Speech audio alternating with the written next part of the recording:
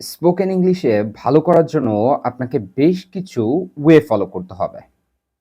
সে ওয়েগুলো কি? আমি যদি বলি ফার্স্ট ওয়েটা হচ্ছে আপনাকে আইডেন্টিফাই করতে হবে যে আপনি ইংলিশে কথা বলার জন্য কোন লেভেলে আছেন। এখন আপনি যদি একদম 0 লেভেল থাকেন তাহলে সেই ক্ষেত্রে আপনাকে এক ধরনের স্ট্র্যাটেজি ফলো করতে হবে। এখন যদি আপনি ইন্টারমিডিয়েট লেভেল থাকেন তাহলে আরেক ধরনের স্ট্র্যাটেজি ফলো করতে হবে। আমি ধরে নিচ্ছি আপনি 0 লেভেলে আছেন। তাহলে সেই ক্ষেত্রে আপনাকে একদম ১ম থেকে 0 থেকে অ্যালফাবেট থেকে শুরু করতে হবে। মানে একদম অ্যালফাবেটের কিভাবে প্রনাউন্সিয়েশন করতে হয় প্রত্যেকটা বিষয় থেকে আপনাকে শুরু করতে হবে।